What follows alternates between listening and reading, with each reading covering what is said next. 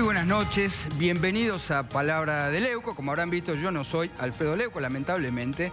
Así que Alfredo se tomó unos días de descanso, ya va a volver el próximo martes.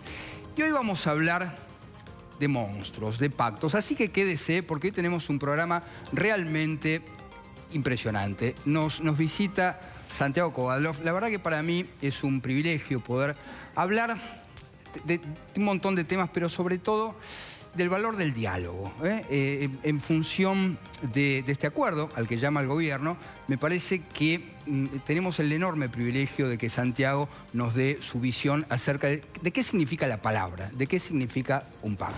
Y por supuesto, como todas las noches, la tenemos a la doctora Adriana Amado. ¿Cómo le va? ¿Cómo está, Federico? Bien, que nos va a hablar de un tema realmente importante, que es el tema de las PASO. ¿La PASO es una encuesta? ¿Qué es realmente la PASO? Martín Tetaz, ¿cómo estás? ¿Cómo estás, Fede? ¿Bien? Bien, muy bien. Y vamos a hablar de la anatomía de la recuperación. O sea, ¿podemos ser optimistas? Vamos a analizarla, la anatomía. No sabemos la conclusión del patólogo todavía. Puede ser optimista o pesimista. No, si viene con patólogo... Sí. Me inclino por lo seguro. Ya empezamos a temblar. Puede ser, no te voy a adelantar nada. Y hoy tenemos un invitado muy especial, que es, a mi juicio, el mejor periodista de policiales, que es Rolando Barbano. Bienvenido, Rolando. Gracias, Federico. Un placer estar acá. El placer es nuestro. Y nos vas a estar hablando del narcotráfico. El gobierno, Patricia Bullrich, ganó la guerra al narcotráfico. ¿Cómo está hoy esa pelea, ese combate? En un rato nos los van a estar contando. Y como les decía, hoy vamos a hablar de monstruos y de pactos. Ahora yo me pregunto, ¿se puede pactar con el monstruo? La criatura cobró vida y camina hacia su creador para asesinarlo, ¿no? Porque en efecto podemos ver que Cristina Kirchner se acaba de levantar de la fría mesa de mármol en la que Jaime Durán Barba, cual doctor Frankenstein, le insufló vida política durante más de 3 años para agitarla como un fantasma antes de cada elección. Y la verdad, hay que decir, el experimento del gobierno funcionó en 2015 y también en 2017. Pero tal como sucede en el libro de Mary Shelley, la criatura se rebeló contra su creador y como en la vieja narración, bueno, la terrorífica entidad inicia una sucesión de estropicios en cada una de las paradas de su derrotero. Y la primera estación es la Feria del Libro. En la apertura hemos podido ver cómo un grupo de fanáticos le impidió la palabra al secretario de Cultura, Pablo Abeluto, en un acto, hay que decirlo, de intolerancia que nos recuerda sobre todo quién es Cristina, por más que intente disfrazarse de hada buena, detrás de un manto de silencio. Pero veamos qué pasaba en la Feria del Libro cuando Abeluto sufrió ese escrache. Buenas tardes a todos, buenas tardes a todas.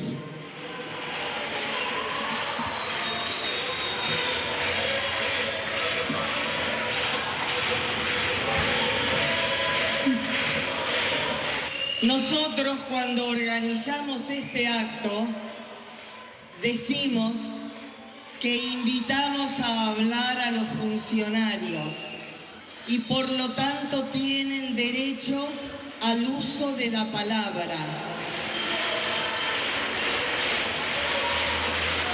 Por más que intenten interrumpir, no pienso parar de hablar. Bueno, lamentable, de verdad que lamentable. A ver, a mi modesto entender, el gobierno cometió un pecado mortal. No quiso elegir un adversario democrático.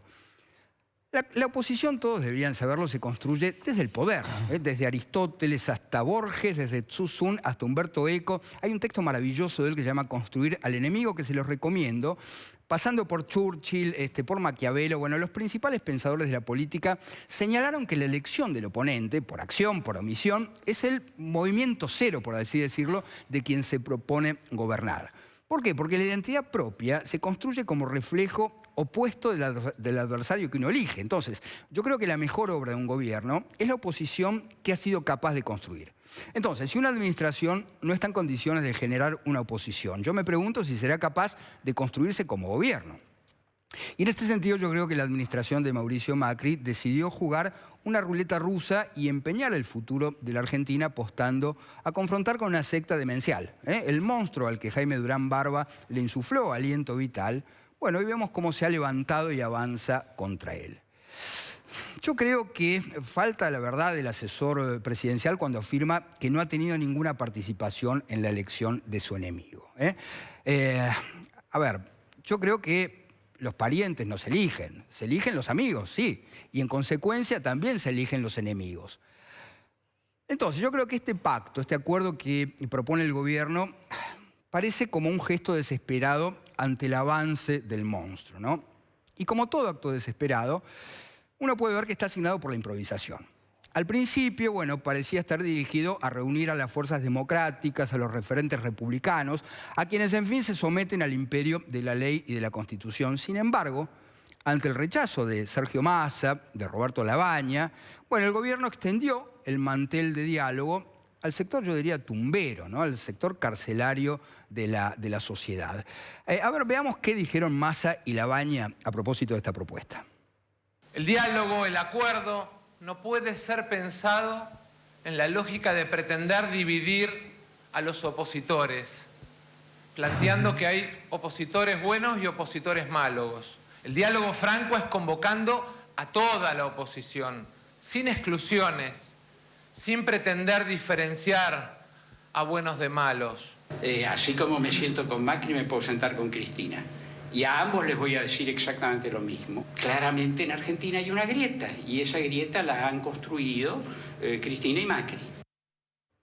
Bueno, es auspicioso. En principio podemos ver que Labaña tenía zapatos. En efecto, Mauricio Macri pretende sentar a la mesa de la República a quienes amenazan con terminar definitivamente con la República. Y a propósito vamos a ver, por ejemplo, qué dijo el sindicalismo, qué dijo Moyano a propósito de este acuerdo. Vamos a participar de la convocatoria que ha hecho el presidente de la Nación con 10 puntos, donde el objetivo principal es la reforma laboral. Ahora bien, yo me pregunto, ¿alguien en su sano juicio cree de verdad que Cristina Kirchner estaría dispuesta a firmar, o en última instancia, a cumplir un pacto? A ver, el pacto esencial de una república es la Constitución Nacional. La expresidenta ya ha dicho con todas las letras que piensa no ya modificar la Constitución, sino destruirla y en su lugar crear una nueva Constitución hecha a su propia imagen y semejanza. Yo digo que tenemos un espejo que adelanta, que se llama Venezuela. Entonces yo me pregunto, ¿alguien imagina a Nicolás Maduro cumpliendo un pacto con la oposición? De hecho, varias veces lo convocó y jamás lo ha hecho. Entonces la pregunta es, ¿sirve este pacto? A esta altura, ¿tendría alguna utilidad? En un país en el que no se cumplen ni siquiera las promesas de campaña, ¿quién podría cumplir un pacto?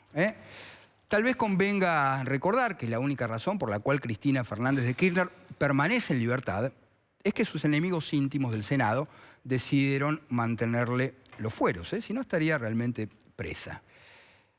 Recordemos, Cristina Kirchner carga con 11 procesamientos, 5 pedidos de prisión preventiva y 5 causas elevadas a juicio oral. Su vicepresidente, ex vicepresidente, muchos de sus ministros, secretarios y funcionarios, en fin, están presos. La justicia, por otra parte, determinó que el fiscal Nisman fue asesinado durante su gestión, a horas de declarar en contra de ella en el Congreso Nacional. Entonces, ¿qué acuerdo se podría establecer con una persona que no ha cumplido el pacto de las leyes y de la Constitución? ¿Qué pacto puede honrar a alguien que se mueve al margen de la legalidad? Al contrario, esta convocatoria le otorga, creo yo, una pátina de institucionalidad, de prestigio y de vocación democrática que el kirchnerismo, la verdad, que jamás ha demostrado. Entonces, ¿es necesario un pacto? Sí, por supuesto. Los periodos constitucionales duran apenas 4 años y bueno, los gobiernos entrantes demuelen la obra de los anteriores sin que se haya podido conseguir una continuidad en los lineamientos principales, por lo menos para construir un país moderno. Así que bueno, resulta imprescindible trazar, sí, acuerdos básicos en cuanto a las reglas impositivas, modernización del trabajo, control del déficit fiscal, políticas educativas, sociales, etc. Es lo que el gobierno, creo yo, a mi modesto saber y entender, debería haber hecho desde el comienzo, desde un lugar de fortaleza y no desde la debilidad actual. Entonces, la construcción del monstruo consiguió asustar efectivamente, pero no a quienes estaba pensada, sino a los inversores externos, a los inversores internos, y generó una enorme incertidumbre en la sociedad, temerosa, claro, de que un gobierno populista pudiera llegar a volver.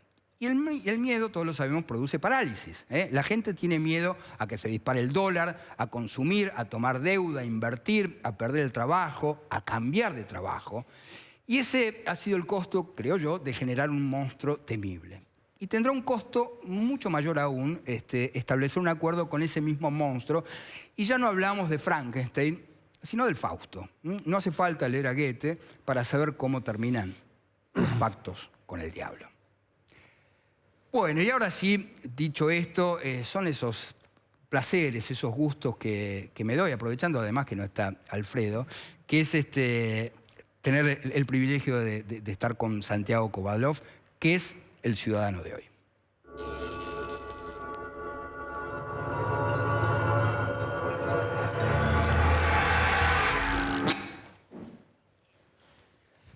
Hola. Qué placer. Igualmente estar con ustedes. Muchas gracias por esta posibilidad. Vamos a celebrarlo como corresponde. ¿Lo ves sonreír, Alfredo? Sí. Gracias. Sí. Bueno, Santiago, de verdad, como te decía, es un verdadero placer, un verdadero gusto. Y por lo menos es un gusto personal para mí. Estaba pensando, el diálogo, el acuerdo. Yo creo que nadie está en mejores condiciones para pensar qué significa el diálogo que un escritor, que una persona con la sensibilidad, cuya herramienta además es la palabra. ¿Cómo ves este diálogo que propone el gobierno, este acuerdo que propone el gobierno? Bueno, hay una primera característica que no podemos eludir si pensamos, digamos, en qué momento lo propone el gobierno y en qué medida es representativo de lo que predicó durante tan largo tiempo. Yo prefiero privilegiar una interpretación que es la que implica reconocer su necesidad por sobre la dimensión estrictamente temporal, que decir que es tarde, que debió haberlo hecho antes. Hay un reconocimiento de su necesidad. ¿Eso qué significa? Significa entender que no se tiene el monopolio de la verdad, que tal vez la opinión de quienes no coinciden con uno puedan contribuir al fortalecimiento del sistema. Ahora, ¿quiénes son los que no coinciden con uno? Veamos bien eso, porque evidentemente, y como decía Centro Editorial, Cristina Kirchner ha sido siempre muy sincera en la expresión de sus convicciones políticas. Desde el momento en que se niega a entregarle los atributos del mando al presidente, hasta el momento en el cual considera que los puntos que cabe discutir no merecen ser discutidos porque no ofrecen ningún margen de interlocución y traicionan los ideales políticos que ella tiene, está expresando un concepto de la palabra, que es la dimensión monológica de la palabra como monólogo, la palabra como expresión de un pensamiento excluyente de todo punto de vista ajeno al suyo. ¿Es esto nuevo? No. Es coherente, siempre ha sido así. Ella no ha innovado en este sentido y ha sido siempre consecuente. Ahora bien, la convocatoria en sí misma me parece que ofrece un flanco interesante, a mi modo de ver, que es poner a disposición de interlocutores que no participan de las ideas del gobierno la discusión de ideas del gobierno. Bien. La discusión de ideas del gobierno. Es un gesto de civilidad que implica incluso el riesgo de que el acuerdo se alcance a expensas de muchos de los puntos de vista del gobierno. Porque convengamos que un diálogo, es decir, una razón compartida, implica que acaso para poder alcanzar un consenso haya que renunciar a muchas de las cosas que unilateralmente se creen, en favor de un acuerdo. Un acuerdo implica siempre, lo sabemos, una claudicación de la certeza. Qué buena frase. ¿No es cierto? Ahora, yo estaba pensando, esto está bien, uno piensa en el diálogo entre personas y personajes de la política. Ahora yo me preguntaba, y esto es algo que yo te escuché decir a vos, que tiene que ver con la relación de los gobiernos con la gente. Yo no sé hasta qué punto este diálogo no tiene como verdadero interlocutor, como último interlocutor, al público, a la gente. Yo no sé si es una manera, digamos, un poquito elusiva de hablar con el público, porque no sé muy bien a quién está dirigido este diálogo. Entonces, yo te escuchaba decir que la relación de un gobierno con el pueblo, con la gente, con sus representados, no tiene que ver ni con una relación de paternidad, ni con una relación de amor, ni con una relación que es afectiva. ¿Cómo considerás vos que tendría que ser ese diálogo del gobierno, ya no con sus colegas, con los políticos, sino con la gente, con el pueblo? Bueno, yo recordás muy bien lo que he dicho y lo que creo profundamente. Creo que un gobierno tiene que evidenciarle a la población a la que representa, es decir, a la ciudadanía, que ha comprendido profundamente sus padecimientos y sus expectativas. Hay expectativas que este gobierno ha satisfecho, por ejemplo, la idea de que es posible encaminarse a través de cambios estructurales hacia un porvenir republicano mejor. Pero disociar esa idea de la atención de los problemas del presente implica que esos objetivos de mediano y largo plazo pierdan credibilidad, porque el padecimiento apremia el entendimiento de la gente. Lo apremia, lo acosa, le exige una respuesta que no ha escuchado. Entonces me parece a mí que tenemos este panorama, a ver cómo lo ves vos. Yo creo que detrás de la baña hay un peronismo que no reconoce su pasado. Es decir, su responsabilidad en la producción de muchos de los males que hoy padece la Argentina. Y detrás de Macri tenemos todo un movimiento, representado sin duda también por el presidente, que nos propone un porvenir que no alcanza a comprender del todo su presente. Entonces, hay un peronismo que no quiere hacerse cargo de su pasado, porque no se siente responsable de la producción de muchos de los males de hoy. Y tenemos un gobierno que no termina de entender cómo resolver el dilema de la disyuntiva, de la disyunción entre presente y futuro. Nos señala un camino que estructuralmente puede ser muy positivo, pero hay un apremio por parte de la gente que no ha sabido resolver. Ahora, lo maravilloso de conversar de estas cosas es que uno tiene la impresión a veces de que está asfixiado por la coyuntura. Y lo que tiene tu mirada, tu punto de vista, es que va más allá. Yo en ese sentido te pregunto, y te lo pregunto desde un punto de vista más existencial que político, ¿no? Que claro. Es esa arista que más me gusta escucharte. ¿Sos optimista? ¿Cómo ves el futuro del país desde una perspectiva mucho más amplia que la coyuntura política? Bueno, quiero decirte que yo soy un discípulo de Albert Camus. ¿Eso qué quiere decir? Eso quiere decir que nosotros tenemos el deber de trabajar por el porvenir, por un porvenir mejor, independientemente de que las dificultades puedan ser agobiantes. Vos sabés que cuando Alfonsín asumió la presidencia, antes de asumirla formalmente, invitó a un grupo de escritores al hotel donde se hospedaba en Buenos Aires, y fuimos un grupo de nosotros presididos por Jorge Luis Borges, que encabezaba al grupo que allí estábamos, apoyado en su bastón, y ante nosotros estaba el presidente, es decir, en un encuentro entre Homero y Pericles. ¿No es cierto? En aquel momento Alfonsín era Pericles y Borges siguió siendo Homero toda su vida, y aún hoy. Entonces, ¿qué hace Borges después de ir al presidente? Le dice, con su voz vacilante y sus ideas diáfanas: señor presidente, usted nos ha devuelto el deber de la esperanza. Maravilloso. No la esperanza.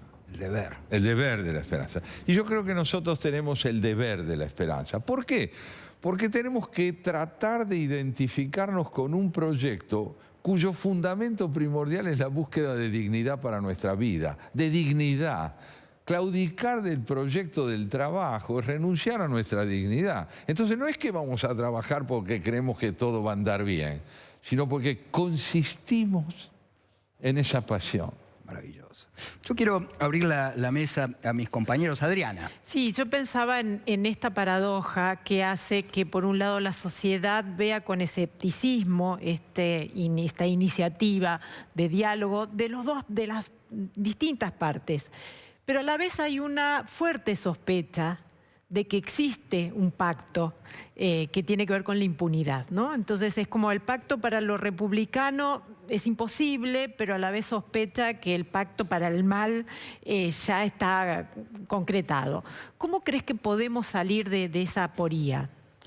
Qué interesante. Vos sabés que yo creo que una buena pregunta es la que no tiene una respuesta prevista. Y la verdad es que voy a tratar de construirla mientras conversamos. Mi impresión en este sentido es la siguiente. No es posible fundar un orden republicano sin una larga y oscura y contradictoria transición.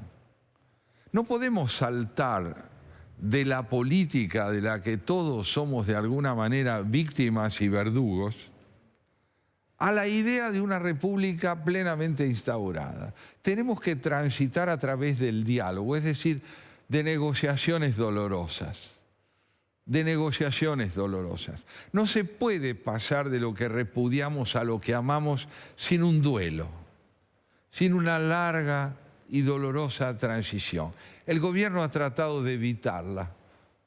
El gobierno ha tratado de evitarla. El gobierno ha creído que era posible fundar una gestión que dejara de lado la política entendida como interlocución con adversarios detestables, superados, envejecidos por una práctica difusa. Hoy sabemos que ese diálogo es indispensable con aquellos que no piensan como el gobierno y que la transición hacia la república no implica renunciar a los propios ideales, sino saber navegar con ellos en el marco de una negociación indispensable. Indispensable. Tengo yo esa convicción profunda de que la política es el mal menor que aqueja a nuestra especie en el orden de la convivencia social. Tenemos que cursarla con habilidad y con convicción. Aprender de Churchill, citado, ¿no es cierto? Recién por Andazzi, cuando decía él que son líderes que han enseñado que el arte de gobernar es también el arte de convivir con quien no se desea. Un ejemplo extremo de esto lo voy a dar, extremo, pues no corresponde a nuestra realidad, pero sí revela quién era Churchill. Cuando Churchill hizo un pacto profundo con Stalin para enfrentar a Hitler, el Partido Conservador, que era el suyo, le dijo, pero ¿cómo puede usted negociar con un dictador? Y él respondió, vamos de a un dictador por vez. Maravilloso, maravilloso. Martín. Sí, me preocupa un poco la cuestión del tiempo que toma las ideas en decantar. Concretamente, cuando vemos en perspectiva histórica la historia de la evolución muy reciente que tiene nuestra democracia, queda claro que ahora vemos mejor el aporte de Alfonsín a la consolidación de la democracia, que tal vez no lo veíamos tan claro en el 89. Ahora vemos mejor lo inviable del régimen de convertibilidad que era un corset que nos tenía, todo el mundo entiende que esa frase de no, con Menem estábamos mejor, rápidamente tiene una respuesta y dice no, pero eso era insostenible, todo el mundo lo sabe ahora.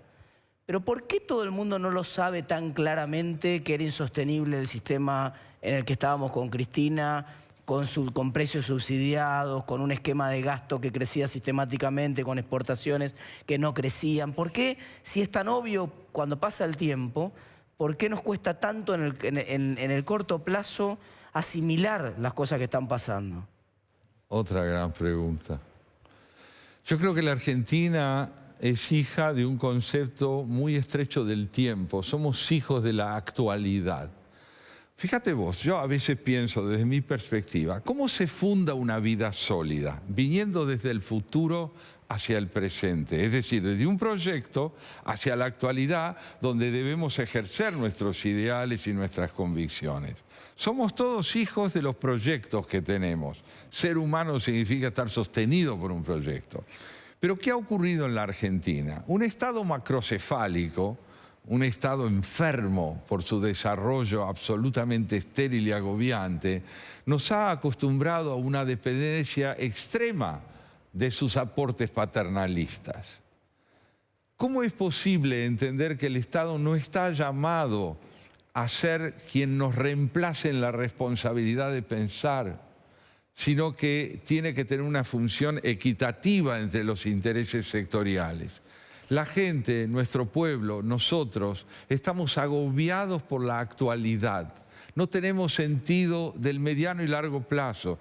Entonces, cuando el Estado cumple su función prebendaria, asiste y apacigua la demanda del presente con respuestas prebendarias, sobrevivimos. Pero cuando el Estado se ve llamado a no cumplir esa función o a cumplirla solo circunstancialmente y en el medio de contradicciones brutales como son la inflación y los problemas que acosan al Estado, creemos de verdad que durar es mejor que vivir. Pero como vivir es un proyecto del futuro, realmente durar es mejor. Santiago, algunos dirigentes vienen agitando la idea de que es posible cerrar la grieta con un candidato de consenso. ¿A vos te parece que esa fórmula es posible en la sociedad actual? ¿Que puede venir una persona a cerrar una sociedad tan dividida como la nuestra? Y en tal caso, ¿es deseable que eso ocurra o sería preferible pensar en otro camino para... Seguimos hablando de la anemia cívica de la Argentina, vos sabés. Yo no creo más en figuras redencionales. No creí nunca, pero digamos que en política creo que al país no le hace bien pensar que hay alguien que trae la solución porque representa un espíritu de convergencia y ecuanimidad. Necesitamos programas de gobierno, no figuras mesiánicas. Creo que la Argentina necesita instituciones y dentro de las instituciones programas, persuadir con programas, no con idealizaciones. Pero la Argentina también es un país que está acostumbrado a la idolatría de sus políticos y no a medirlos por sus programas, sino por su encanto. ¿No es cierto? Vos sabés que a Caravaggio, el pintor italiano, una vez le dijeron esto. Señor Caravaggio, ¿cómo es posible que usted pinte cuadros tan bellos, con seres humanos tan relucientes y tenga hijos tan feos? Entonces él contestó, yo a mis hijos los hago de noche. Entonces yo no quiero a nadie más que me traiga de día la ilusión de que sabe hacer las cosas bien. Quiero a alguien que me hable y me persuada. Pero la Argentina sigue siendo un país que necesita idolatrar. Vos sabés, Santiago, cuando te escucho, pienso que muchas veces los gobiernos subestiman el valor de la cultura, lo que realmente significa la cultura. Porque a veces uno tiene la percepción de que la cultura es como una suerte de trámite del cual se ocupa un ministro. Y yo creo que, a ver, la cultura es el bien por excelencia de un país. Yo creo que fue Italia cuando Marco Polo llevó la cultura italiana a China y cuando trajo la cultura de China a Italia. Yo creo que Inglaterra es Shakespeare, Inglaterra es los Rolling Stones, los Beatles, y después vienen los negocios sobre eso. Creo que Estados Unidos es Coppola, es Carver, los grandes autores americanos, y detrás de eso vienen los negocios. Lo mismo Francia. Francia es su cultura, detrás de la cultura vienen los grandes negocios. Yo creo que eso no se termina de ver en la Argentina y que la cultura termina siendo, digamos, un ítem dentro de la órbita de un ministerio, una cuestión completamente burocrática. ¿Cuál es tu visión en torno de la relación que debería tener un gobierno con la cultura? Bueno, ante todo tal vez lo primero que te propondría o nos propondría es privilegiar la dimensión de la simultaneidad y no de la sucesión. Entonces no diría que primero debería venir los valores de la cultura entendida como producción creadora, de hondura de pensamiento, de creación literaria, estética o científica, y después los negocios. No, yo creo que una democracia cabal, una democracia republicana, produce fortalecimiento económico, pero entiende que su representación y su poder de persuasión requieren embajadores con mucha consistencia cultural. ¿Por qué? Porque son los que tienen el don auténtico de la conciencia de su pueblo en términos de identidad. Entonces, ¿qué es lo que me parece a mí que ocurre en Argentina? Nosotros hemos, como bien decís, entendido la cultura como un área ministerial, ¿no? Como un área ministerial. ¿Pero qué es la cultura? La cultura es el destino que corre la experiencia de un pueblo. El destino interpretativo que corre la experiencia de un pueblo en manos de sus creadores. Sus creadores son los que dicen de esa experiencia lo que ella enseña a discernir. Entonces, rehuir la cultura, malinterpretarla, entenderla como una actividad que llevan a cabo los violinistas, los poetas, los sociólogos, es no entender que la función primordial de la cultura es iluminar el significado de una experiencia para que esa experiencia se vuelva patrimonio consciente de esa sociedad. Pero ahí no hay también un paternalismo de la propia cultura, que también hubo como una cierta clase ilustrada que se adjudicó, ¿no? esa visión de ellos eran la cultura y... Muy bien, es decir, muy bien. Es decir, concibieron la cultura como un feudo más. Exactamente. Dentro de un país fragmentado. Pero no hablamos de esa, hablamos de la cultura democrática, es decir, de la que nos falta, de la que permite entender que cuando se lea un escritor, hay un pueblo que está meditando su experiencia a través de su palabra. Que cuando se mira el cuadro de un gran pintor argentino, hay un país que contempla su paisaje interior. No el exterior, sino el destino que ha corrido en una sensibilidad argentina, en una sensibilidad del país. Entonces, hasta que no entendamos que la cultura es el destino interpretativo de una experiencia social, el destino interpretativo, que esa experiencia social corre en una sensibilidad, no entenderemos su función fundadora de identidad. Yo releía hace poco un gran poeta argentino, a Ricardo Molinari, inmenso poeta, autor de Odas a la Pampa, un hombre al que tuve la oportunidad de conocer. Y leyendo sus odas me daba cuenta que hablaba de nuestra sensibilidad, que llevaba a la palabra una experiencia de nuestra llanura, de nuestra pampa, de lo que tenemos nosotros de paisaje entendido como algo interiorizado por nuestra sensibilidad. ¿Y qué le debíamos entonces al poeta? No la admiración y el aplauso por su talento, sino la gratitud de dejarnos entrever quiénes somos. Para eso hace falta algo más que un ministro. Sí, pero además yo pensaba que los fundadores de este país fueron grandes intelectuales, fueron grandes escritores. Pienso en Moreno, pienso en Sarmiento, pienso en Mitre, pienso en Echeverría, efectivamente. Me parece que le está faltando a la Argentina. Bueno, ahora tenemos una gran escritora, ¿no? Que acaba de escribir una novela que le va a presentar en la Feria del Libro. Me refiero a ese libro que se llama Sinceramente, creo, una cosa por el estilo. Y claro,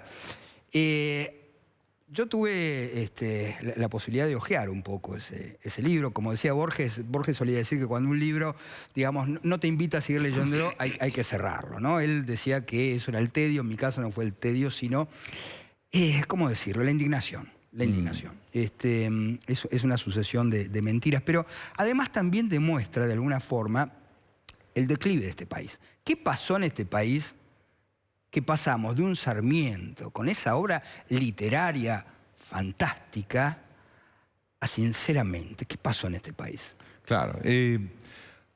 Yo soy, debe ser porque estoy viejo, ¿no? Soy partidario de los matices. Mira, yo creo que hay una línea que nos lleva a eso, pero también hay una línea que nos permite decir que hemos pasado de Sarmiento a Saer, que hemos pasado de Sarmiento a los grandes poetas líricos argentinos contemporáneos, a los grandes ensayistas como Juan José Sebrelli. No es tan, te diría, irreversible la línea de decadencia. ¿Dónde está la decadencia primordial? En que ese libro es un síntoma político. Es un síntoma político, no es una obra literaria. El Facundo es una obra literaria, además de ser un verdadero tratado sociológico, pero sinceramente es un síntoma político. Ese es un indicio de que la política está concebida no como encuentro entre quienes necesitan coincidir, sino como afirmación de quien ha encontrado la certeza. Entonces, no la calificaría nunca como la expresión de la decadencia de nuestra literatura, sino de la decadencia de nuestra política. Porque ahí sí creo que tenés mucha razón. ¿Por qué la política argentina ha decaído? Porque la palabra en boca de los políticos ha perdido verosimilitud. Claro. Verosimilitud, que es la condición primera de la literatura. Claro. ¿Cuándo un texto es conmovedor en literatura? Cuando es verosímil. Cuando es verdadero, no. Sino que cuando lo que trata está tramitado por la intensidad de quien habla y el que habla resulta verdadero. El que habla resulta verdadero. Entonces, creo que esto es importante. Martín. Pero además, también el foco en el pasado me parece que complica un poco, vamos, uno de los problemas de cambio cultural que necesita la Argentina, la política argentina, es que de alguna manera tenemos que ser capaces de mirar hacia el futuro, me parece. Todas las cadenas de Cristina, y ahora pasa lo mismo con el libro, interpelan el pasado, casi con obsesividad, pero no miran al futuro. ¿Cuándo escuchaste, por ejemplo, a Cristina preguntar cómo iba a ser la tecnología, cómo iba a transformar el mercado de trabajo en los próximos 20 años? Pero tampoco lo hace, salvo alguna declaración, tampoco lo hace Macri. Es decir, hoy la política no está discutiendo cómo va a ser viable la Argentina. Estamos discutiendo cómo resolvemos los problemas de hoy. No hay una visión. Y ese es el cambio cultural que tal vez hace falta. ¿No pensás que ahí hay un problema de cambio cultural que está muy focalizada la política en el pasado y muy poco focalizada en el futuro? Sí, de hecho, perdón, querría agregar también que todo nuestro discurso político es volveremos a ser felices como fuimos en algún momento. Un bolero. Perfecto. Yo creo lo siguiente, que el gobierno actual es un gobierno que nos habla del futuro. No nos habla mucho del presente, pero del futuro sí nos habla porque nos habla de los cambios estructurales que lleva y quiere llevar a cabo. Al no hablarnos del presente, lo que resulta oscura es la transición desde el conflicto de una sociedad difusa a la claridad de un porvenir estructuralmente nuevo. Eso es lo que yo no alcanzo a ver. Ahora, en el caso del populismo, del kirchnerismo, sí creo que el objetivo es la exaltación del pasado, que es el de los 15 años ya vividos, y la mitología de que hubo un país donde reinó la justicia, la equidad social y la solidaridad. Y creo que eso no es cierto. Toda vez que se critica a este gobierno diciendo que todo lo que hace está mal, no queda más remedio que entender que hay alguien que sabe que todo está bien porque lo representa a él. No, yo prefiero el matiz. ¿Sabes cuándo creo que nosotros le creeremos a un político cuando diga me he equivocado, contribuí a la creación de lo que debemos superar, soy parte de la responsabilidad por todo lo que no queremos, pero he aprendido de mi experiencia y este es mi proyecto capitalizando los errores que cometí? El día que un político nos hable así, ganará credibilidad social. ¿Por qué? Porque habrá hecho un duelo. En la Argentina tenemos miedo del duelo, es decir, del tránsito doloroso, del error, a una comprensión de algo mejor. Santiago, ¿lo imaginás ganando credibilidad, pero lo imaginás ganando una elección a un político? ¿Lo imaginás ganando una elección a un político que hable así? Que tenga ese mensaje de sinceridad, de reconocer errores propios, de reconocer ser parte del problema de un sistema político que cada 10 años cae en una crisis que parece terminal? Si te digo que no, me resigno al lenguaje falso. Si te digo que sí, me dejo orientar por un sueño indispensable. Prefiero equivocarme con un sueño indispensable.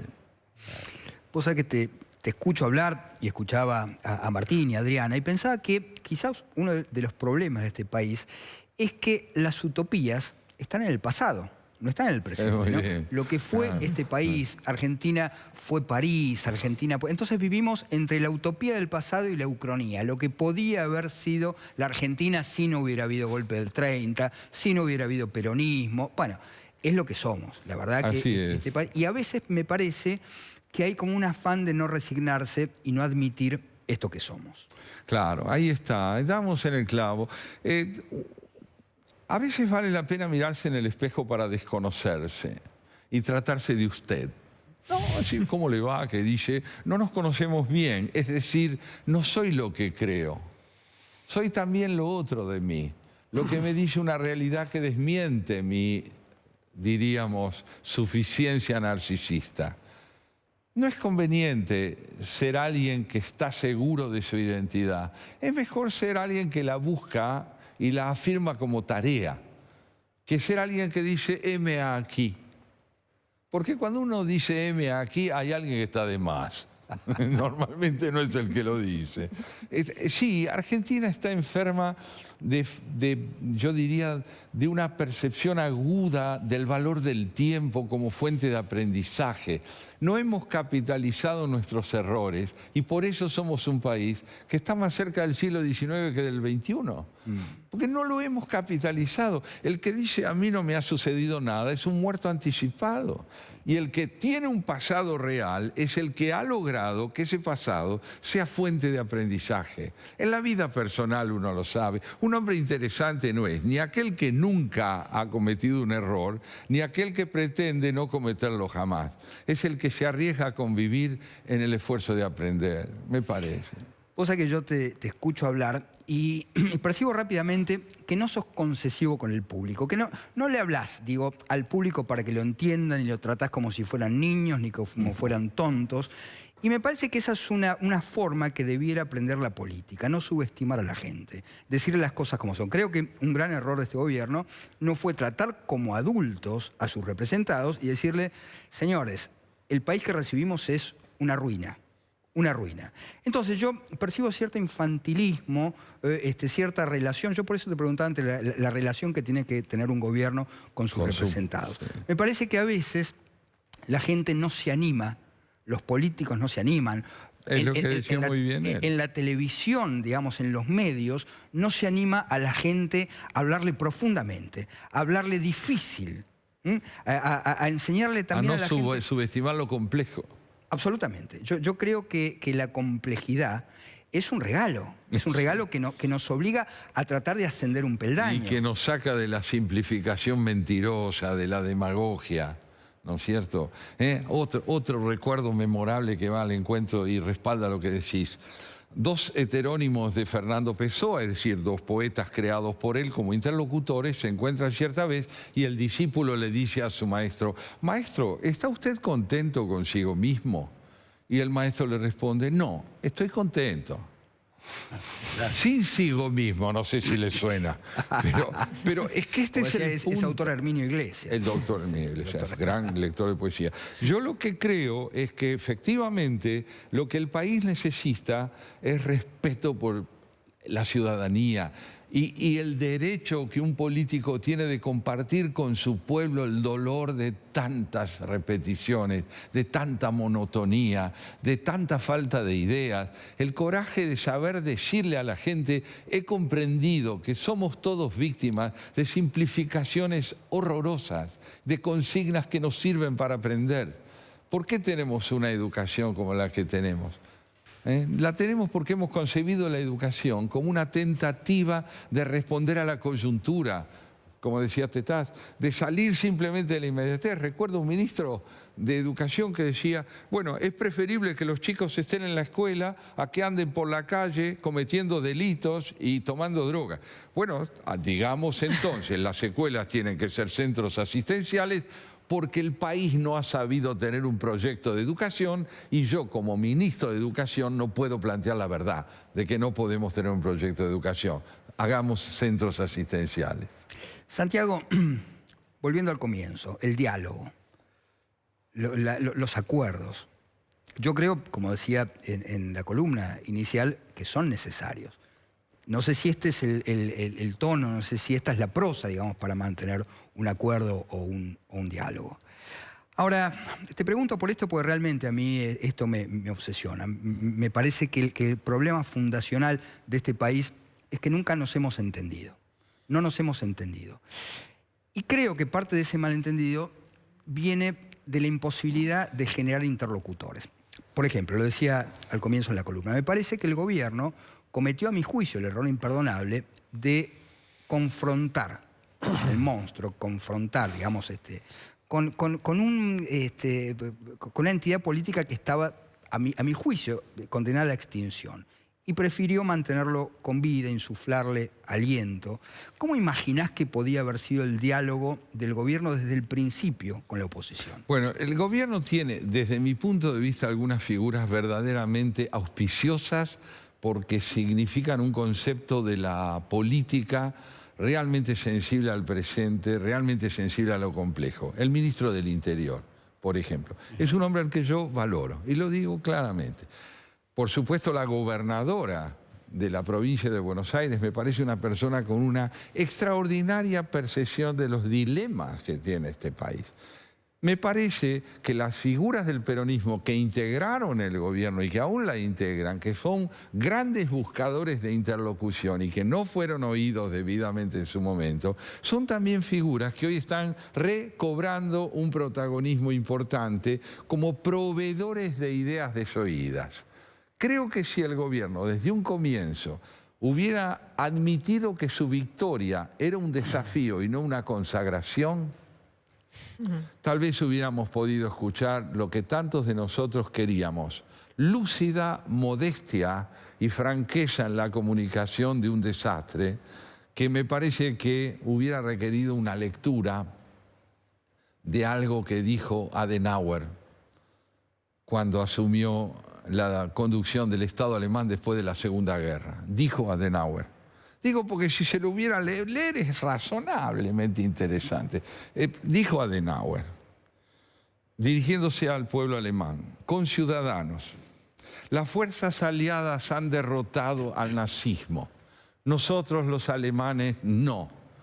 Para poder derrotarlo, para poder extraerlo de nuestra cultura, de nuestra vida cotidiana, del lenguaje, de nuestra concepción del tiempo, necesitamos décadas que permitan entender lo que se ha hecho de nosotros y lo que nosotros contribuimos a hacer de nosotros.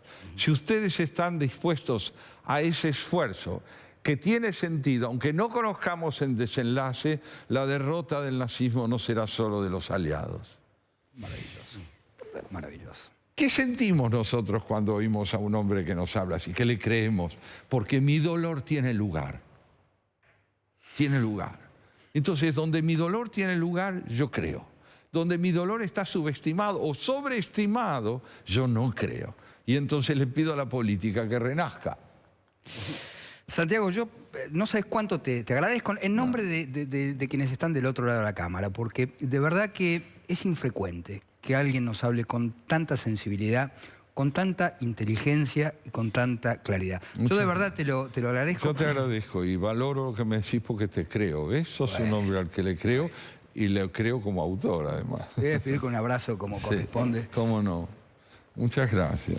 Gracias, Santiago. Muchas gracias a vos. Y gracias a ustedes, porque saben preguntar. Gracias. Muchas gracias. Hasta pronto. Bueno. Y ahora tenemos que decir nosotros, lamentablemente, para la audiencia... Ahora tenemos que hablar del dólar y de estas cosas. Por suerte estás, Martín, para clarificarnos.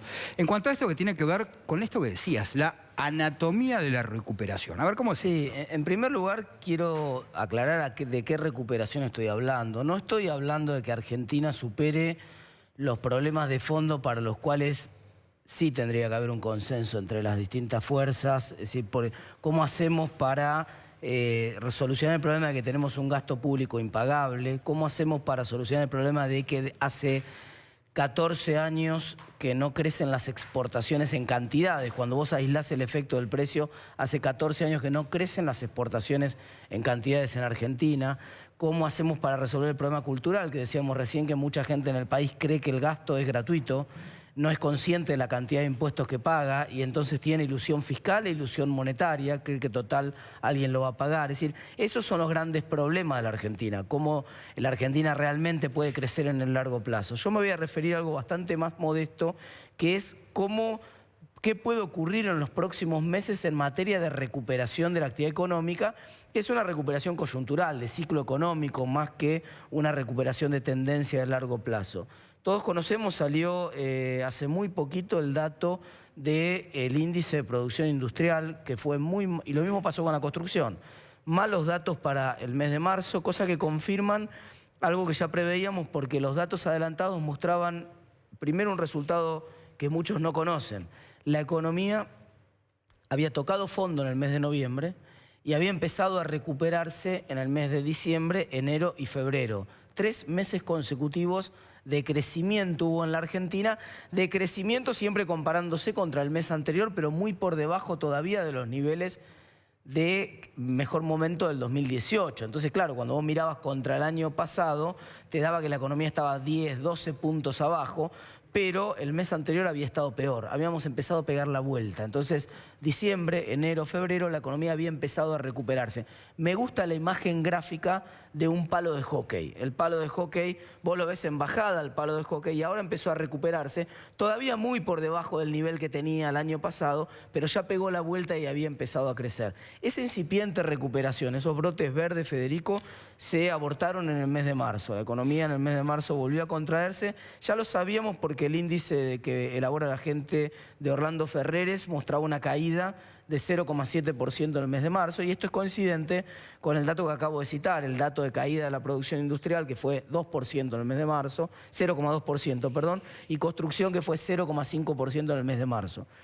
Pero sabemos también que en el mes de abril empieza de vuelta una recuperación, y sabemos que el segundo trimestre que empezó en el mes de abril va a ser un trimestre que va a cortar la recesión, que va a ser un trimestre de crecimiento de actividad económica, incluso probablemente en la comparación también con el año pasado, básicamente por efecto del agro. Es decir, toda la parte de la economía que está asociada al agro, el interior del país, al cual muchas veces desde la ciudad de Buenos Aires pensamos que todo se termina en la General Paz, y el interior del país es muy probable que tenga una recuperación sistemática, simplemente porque estamos comparando contra una campaña que fue muy mala el año pasado por culpa de la sequía y que este año viene muy bien. Se calcula entre 26 y 28% de crecimiento del campo, y como es un 6% de la economía, el sector agropecuario, si uno hace la cuenta simple, eso da que entonces va a crecer 1,5% de la economía solamente empujada por el campo en el segundo trimestre. Todas las incógnitas, Federico, son qué pasa después. Es decir, en el corto plazo tenemos claro lo que va a pasar en este trimestre, pero no tenemos tan claro lo que va a pasar a partir del segundo semestre. Porque ahí, de los drivers de la recuperación, digamos, yo siempre lo comento esto, en el corto plazo, para que se recupere la economía, necesitamos que empuje alguna de las 4 locomotoras. Que empuje el consumo, que empuje la inversión, que empuje las exportaciones o que empuje el gasto público. Este segundo trimestre van a empujar las exportaciones, es lo que te estoy comentando. El sector del agro es centralmente productor de bienes exportables, y entonces las exportaciones van a crecer fuerte en este trimestre que estamos transitando. El trimestre que viene ya sabemos que el gasto público no va a crecer, que el sector público no va a empujar la locomotora porque está haciendo un ajuste. Y las inversiones en la construcción van a recuperarse un poco. Estamos viendo 2,7% de crecimiento de permisos de edificación, que es el primer paso del proceso de construcción en los 3 primeros meses del año. Hay 2,7% más de solicitud de permisos para construir en los primeros 3 meses de este año que el año pasado. Y eso es coincidente con los datos de despacho de cemento del mes de abril. También 2,7% arriba en la comparación con el mes anterior. Entonces, estamos viendo que va a haber ciertamente crecimiento de la inversión por el lado de la construcción solamente. El resto de la inversión, que tiene que ver con equipo nuevo para producir más, hasta que no se despeje la incertidumbre política, prácticamente no va a haber nada. Y la gran duda, y con esto te cierro, Federico, es qué va a pasar con el consumo. La locomotora más grande de todas en la recuperación de corto plazo es el consumo. ¿Qué va a pasar con el consumo? Si esta pregunta la hacíamos hace 3 meses, el panorama era mucho más auspicioso. ¿Por qué? Porque la expectativa de que la inflación bajara hacia adelante era bastante más grande. Y ahora venimos se va a cerrar el dato de abril, lo vamos a conocer dentro de poco, va a rondar 4%. El dato de abril, ese es el dato de las mediciones privadas. Y recién estamos esperando un 2% de inflación para dentro de 3 meses, 2,2% de inflación en el mercado. Eso quiere decir que la chance de recuperación del consumo, salvo que aparezcan fórmulas paritarias del estilo de las que firmó Vidal en la provincia de Buenos Aires, que son una mezcla de cláusula gatillo, te aseguro que te cubre la inflación de este año, más algo de recomposición para el año pasado. Cada sector verá cuánto puede recomponer. Solamente en el escenario de que aparezcan muchos acuerdos paritarios con esa fórmula puede haber recuperación de consumo. Si no es así, lo veo bastante difícil al segundo semestre en materia de consumo. Bueno, esperemos que sea la anatomía y no la anatomopatología, sí, ¿no? Justamente. La autopsia de la recuperación. Gracias, Martín, la verdad que un informe muy completo. Bueno, y quédese ahí porque lo que viene es imperdible. La tenemos a Adrián Amado, a Orlando Barbano, que nos va a contar la lucha contra el narco. Quédese porque es imperdible. Nos vemos.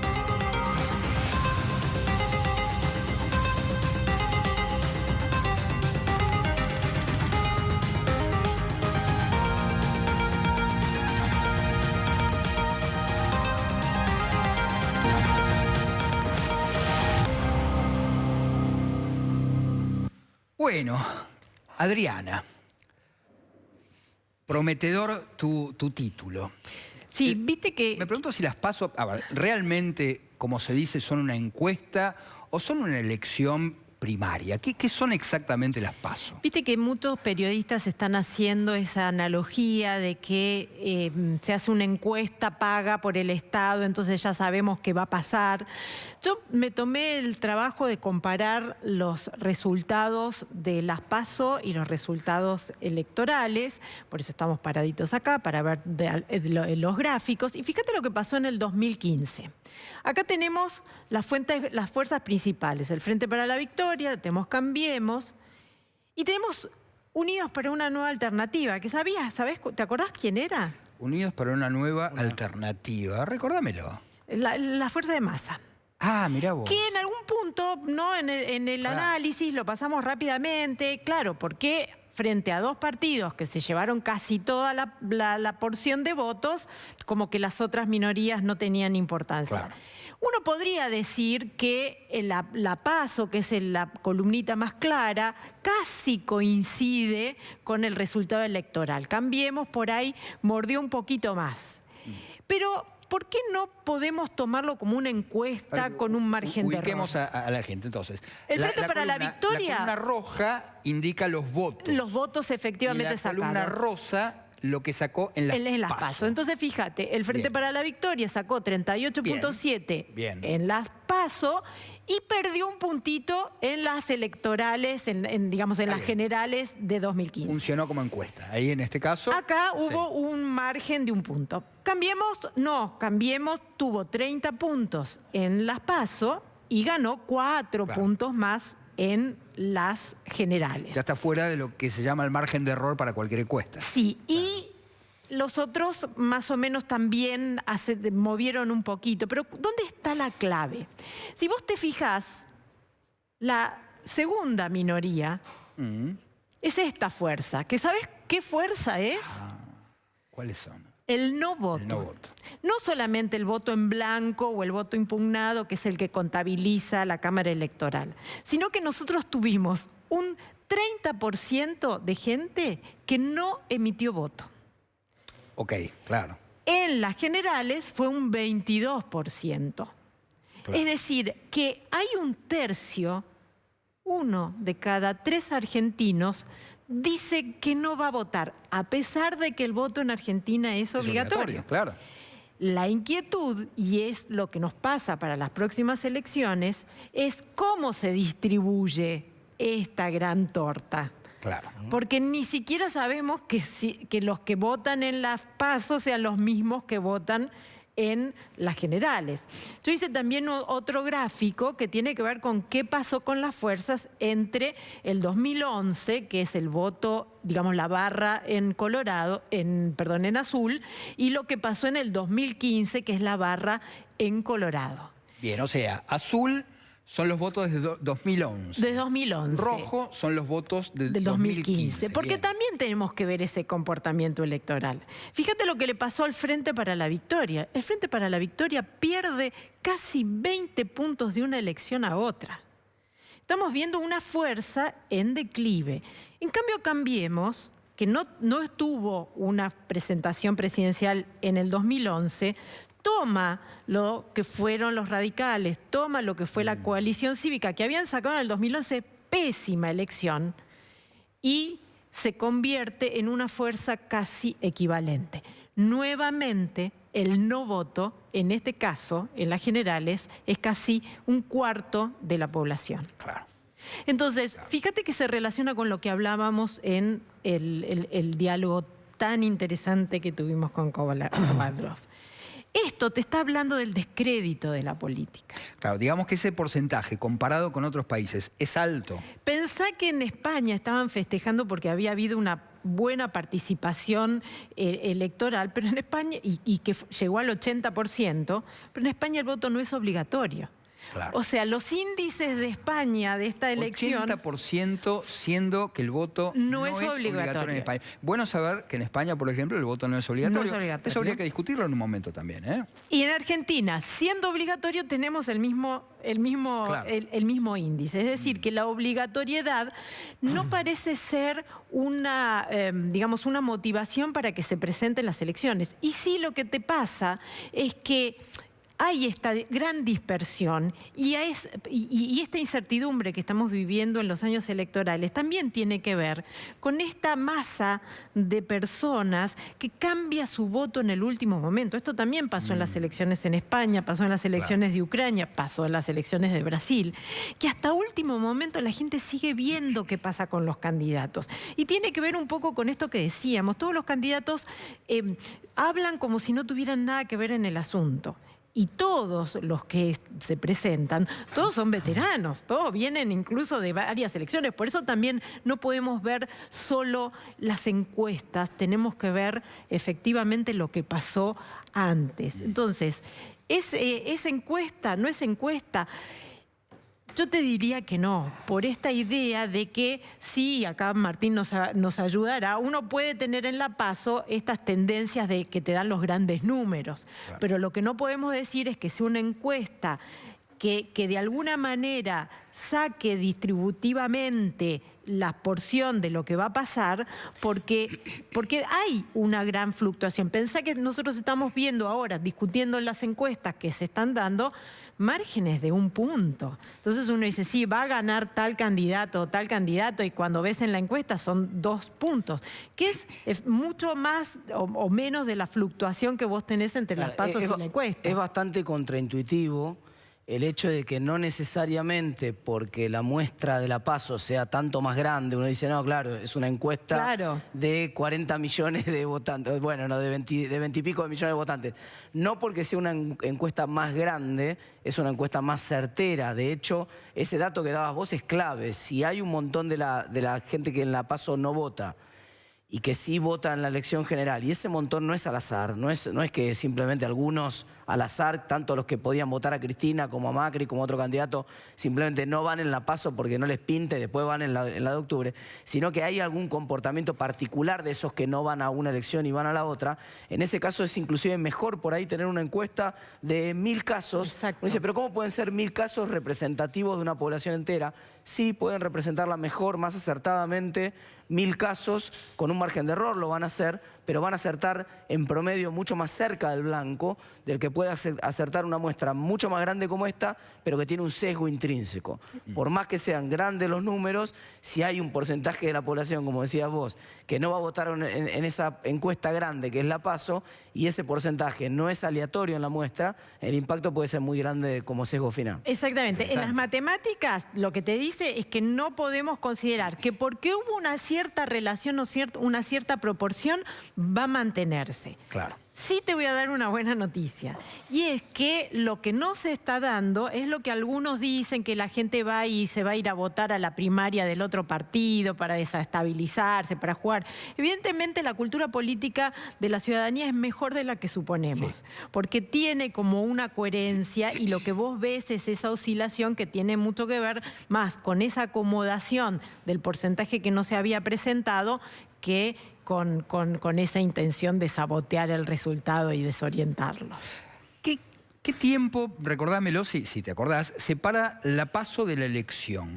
Bueno, acordate, en el 2015 las PASO fueron en agosto y las elecciones fueron en octubre. Claro, eso también aleja, digamos, de una encuesta, porque podrían cambiar. A ver, pasan dos cosas, me parece. La PASO, por una parte, digamos, sirve para muchos como una suerte de guía para ver cómo posicionarse electoralmente, a quién votar. Sí. Pero por otra parte, ese tiempo también es cierto que en el medio pueden pasar cosas.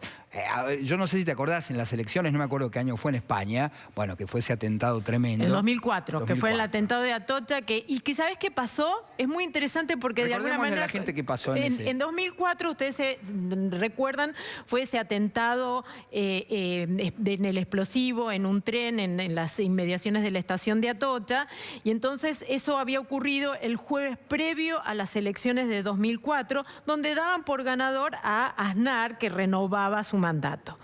Lo que pasó fue que Aznar de alguna manera encubrió la versión de que fue un atentado. En ese momento, imagínense, estábamos en pleno mundo posterior a la caída de las torres. Claro. Entonces, mucha ciudadanía se movilizó para reclamar, ¿no?, que la adhesión de España al eje del conflicto global los estaba poniendo en riesgo, y que ese atentado no había sido de la ETA, como era la explicación que había dado el gobierno, sino efectivamente un atentado de estos del terrorismo global. Lo que pasó fue que un 7% que no pensaba votar fue a votar el domingo. Claro. Entonces, la movilización del sábado, que fue una movilización ciudadana reclamando la verdad, lo que hizo fue que los jóvenes, que en ese momento eran los menos comprometidos a votar, salieran y torcieron el resultado, y ganó Rodríguez Zapatero. Es lo que se llama un cisne negro, pero en el sentido más fuerte del término. Exactamente. Y en Argentina pasaron dos casos. En el 2015, el día de las PASO, ¿te acordás que fue una gran inundación? Sí, claro, totalmente. Eso generó un quiebre en el distrito de la provincia de Buenos Aires, que fue el más afectado, de donde proviene el 40% de los votos de la Argentina. Un movimiento en ese distrito cambia la suerte electoral. Y otra que pasó en el 2011, más cómica, fue que el Frente de Izquierda, que siempre está acá, ¿no?, con 2 puntos, 3 puntos, en las elecciones del 2011 había tenido el impulso del milagro para Altamira, y en las PASO habían conseguido romper ese piso de 3% que los habilitaban con candidatos. Y en las elecciones generales no llegaron a colocar el legislador. Y además pensemos que este es un país realmente imprevisible. Impecable, impecable el informe.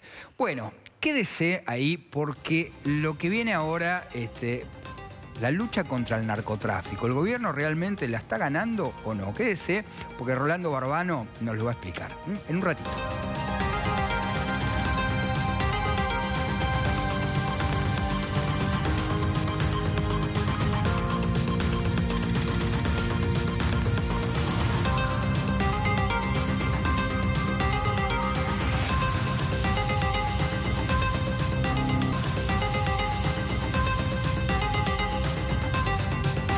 Bueno, lo prometido. El narcotráfico. ¿Cómo está esta batalla del gobierno con el narcotráfico? Batalla de la cual habla mucho todo el tiempo Patricia Bullrich, en apariencia, y yo creo que sí, con muy buenos resultados. ¿Cómo es, Rolando, esa guerra contra el narcotráfico? Federico, primero hay que analizar algunos números, porque mucha de la batalla contra el narcotráfico se mide estadísticamente en cuanto a las incautaciones de drogas, en cuanto a los procedimientos que se hacen. Yo lo primero que quería plantearles es por qué es importante luchar contra el narcotráfico, más allá de las cuestiones de salud pública, que son evidentes. Sí, hay mucha gente que discute los costos que representa para el sistema de salud que la gente se drogue, obviamente hay una cuestión ahí. Pero hay una cuestión que tiene que ver con la política criminal, y es que El narcotráfico es el gran generador de delito en cualquier sociedad y la nuestra obviamente no es la excepción. Donde vos te encontrás con una cantidad creciente de droga, inmediatamente te vas a encontrar con una cantidad creciente de delitos. Y delitos a los que llega gente que antes de la aparición de la droga no se hubiera acercado jamás. O sea, la droga crea nuevos delincuentes, si se los puede llamar así. Pensemos un poco de dónde parten las estadísticas que hay en Argentina. Yo retrocedí hasta 1990, que es donde vos te encontrás con un punto base de las estadísticas criminales de toda la Argentina. En 1990, estamos hablando de presidencia de Menem, se habían secuestrado 700 kilos de marihuana en todo el año. En lo que hace a la cocaína, se había secuestrado 1 tonelada de cocaína. Entonces me fui a buscar cuántos delitos se habían denunciado ese año y en 1990 se denunciaron 560.000 delitos en toda la Argentina. Después de eso salté hasta el final del gobierno kirchnerista, 25 años después. Vamos a 2015. ¿Y qué cuadro de situación teníamos? Y obviamente, ¿con qué cuadro de situación se encontró Patricia Bullrich?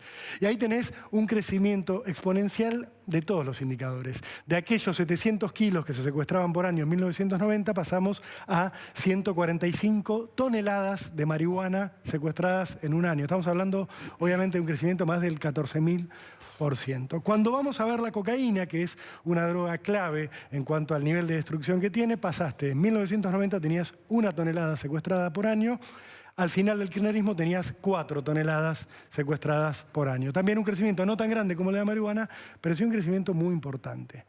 Cuando vas a mirar los delitos que se denunciaron en 2015, te encontrás con que aquellos 560.000 delitos que se denunciaban en 1990 se transformaron en 1.560.000 delitos denunciados en 2015. Me podrán decir, bueno, también creció la población, sí, por supuesto, pero cuando vamos a las tasas, tenés que la tasa de delitos anuales en el 90 era de 1.700 cada 100.000 habitantes, y en 2015 era 3.600 cada 100.000 habitantes. O sea que las incautaciones efectivamente sí aumentaron en proporción. Aumentaron de 1990 a 2015, aumentaron muchísimo, aumentaron mucho los delitos. Esto pese a que teníamos un gobierno, y esto lo he vivido yo obviamente como periodista, charlas con Aníbal Fernández, que estuvo durante mucho tiempo a cargo de la lucha contra el narcotráfico, que te tranquilizaba, y esta frase la recordarán, diciendo Argentina es solo un país de tránsito. ¿Sí? Acá no pasa, quédense tranquilos, esto es un país de tránsito.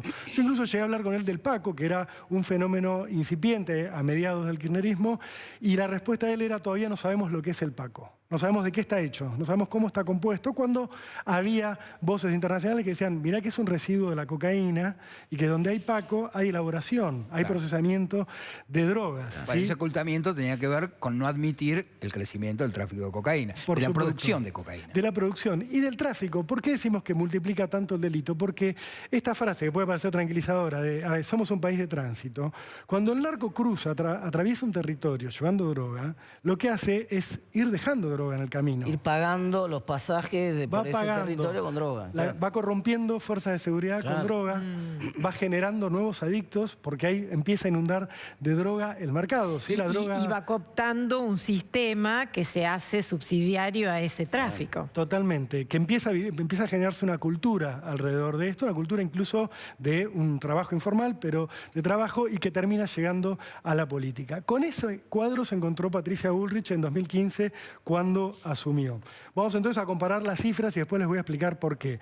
Pasó la Argentina de estas 145 toneladas de marihuana que secuestraba en 2015 a las 195 que se secuestraron el año pasado. En cuanto a la cocaína, pasó de 4 toneladas secuestradas por año a 8 toneladas secuestradas por año en 2018. Esto es un crecimiento también muy grande. Han crecido también los delitos, estamos en 1.600.000, 1.700.000 delitos denunciados, pero claro, una vez que la droga entró y empieza a corromper, es muy difícil ya bajar y deshacer esta cultura y esto que hablábamos recién. ¿Cómo hizo Patricia Bullrich para generar estos resultados que son realmente buenos? ¿Sí? Crecer 40 toneladas anuales de marihuana en 3 años y duplicar la cantidad de cocaína secuestrada en 3 años es muy importante. Bueno, por empezar, hizo acuerdos con la DEA y con muchas fuerzas de seguridad extranjeras. Obviamente, primero la empezaron testeando, a ver si la información que traían se utilizaba, dio pruebas de confianza, es decir, la DEA te entrega muchos operativos llave en mano. Viene y te dice, mirá, fulanito está pasando droga a través de tu frontera, se mueve por acá, acciona vos, esto le ha generado un cierto éxito. El otro punto tiene que ver con la frontera norte, que es la gran vía de entrada de la cocaína. Cuando llega Patricia Bullrich en 2015 se encuentra con que había un radar que funcionaba 2 horas por día. Así como lo escuchan. Un radar en la frontera, en más de 2.000 kilómetros de frontera, que funcionaba 2 horas por día. Aún funcionando 2 horas por día, detectaba por lo menos 1 o 2 avionetas que pasaban ilegalmente, que cruzaban del espacio aéreo en general de Bolivia, pero también de Paraguay, hacia el territorio argentino, con 2 horas por día. ¿Qué hay hoy? Bueno, hay 8 radares funcionando 24 horas. El plan prevé que haya 22. Esto habrá que ver si se llega, pero digamos, en ese aspecto hay una mejora y también se han dispuesto aviones y unidades de gendarmería en la zona para que activen, o sea, cuando vos con el radar detectás una avioneta, que alguien salga a perseguirlo.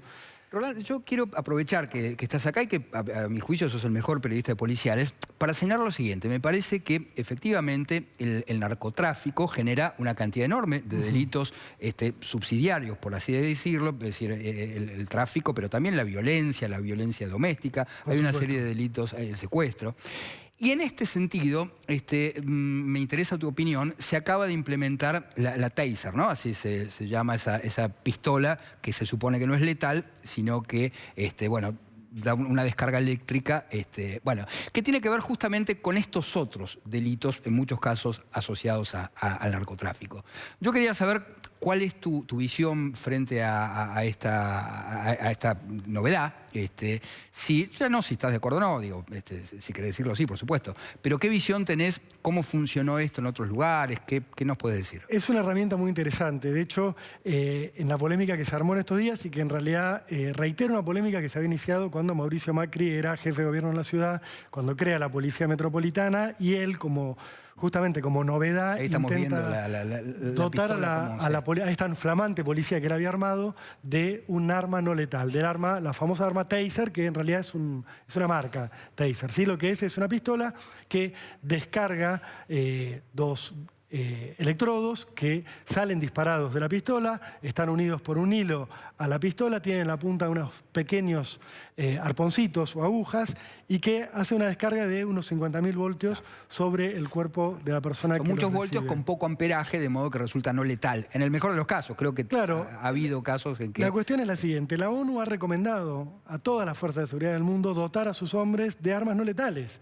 porque hay muchas circunstancias en las cuales en el contacto cuerpo a cuerpo, si la única alternativa que tiene el agente de seguridad es sacar un arma con balas de plomo, que él sabe que a corta distancia va a ser letal para la persona a la que está enfrentando e incluso para terceros, ¿sí? Porque los ejemplos que siempre se dan son un enfrentamiento dentro de un vagón de tren, un vagón de subte, de un aeropuerto.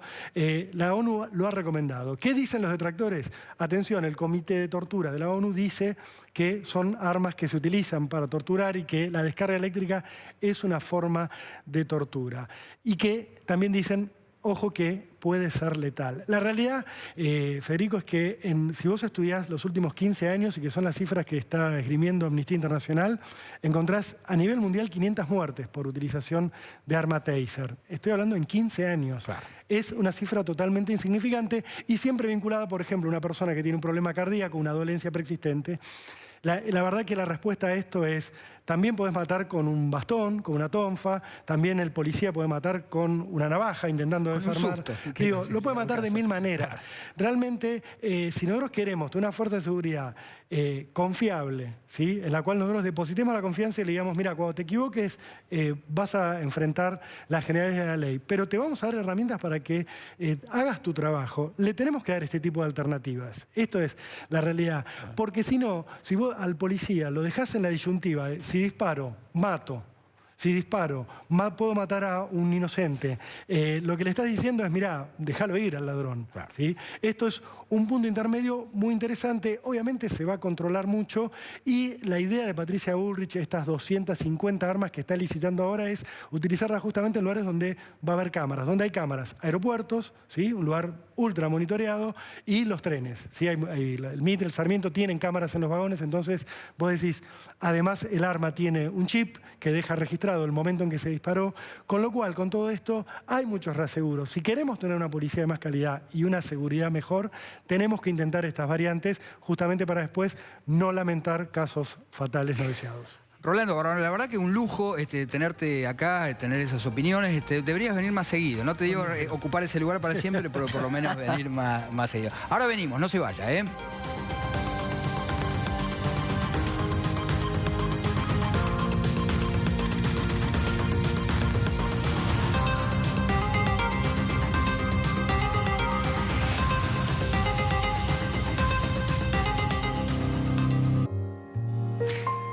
Bueno, hemos tenido una noche que yo realmente la voy a recordar, esta charla con Santiago Kovadlov.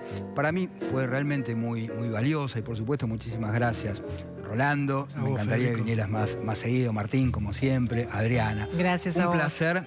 Y bueno, el próximo ¿No vamos martes... a decir nada del domingo? ¿De la actividad del domingo? ¿Qué pasa el domingo? Me agarrás de sorpresa. Está la presentación del libro de Federico en la Feria del Libro. Ya tenemos el libro. Muy bien, felicidades. ¿A qué hora es la presentación, La nueva Fede? novela se llama La matriarca del varón y la sierva. Se va a presentar el domingo en la Feria del Libro. Esto va a ser a las 18 horas en la Sala Victoria Ocampo. Así que bueno, el domingo a las 6 de la tarde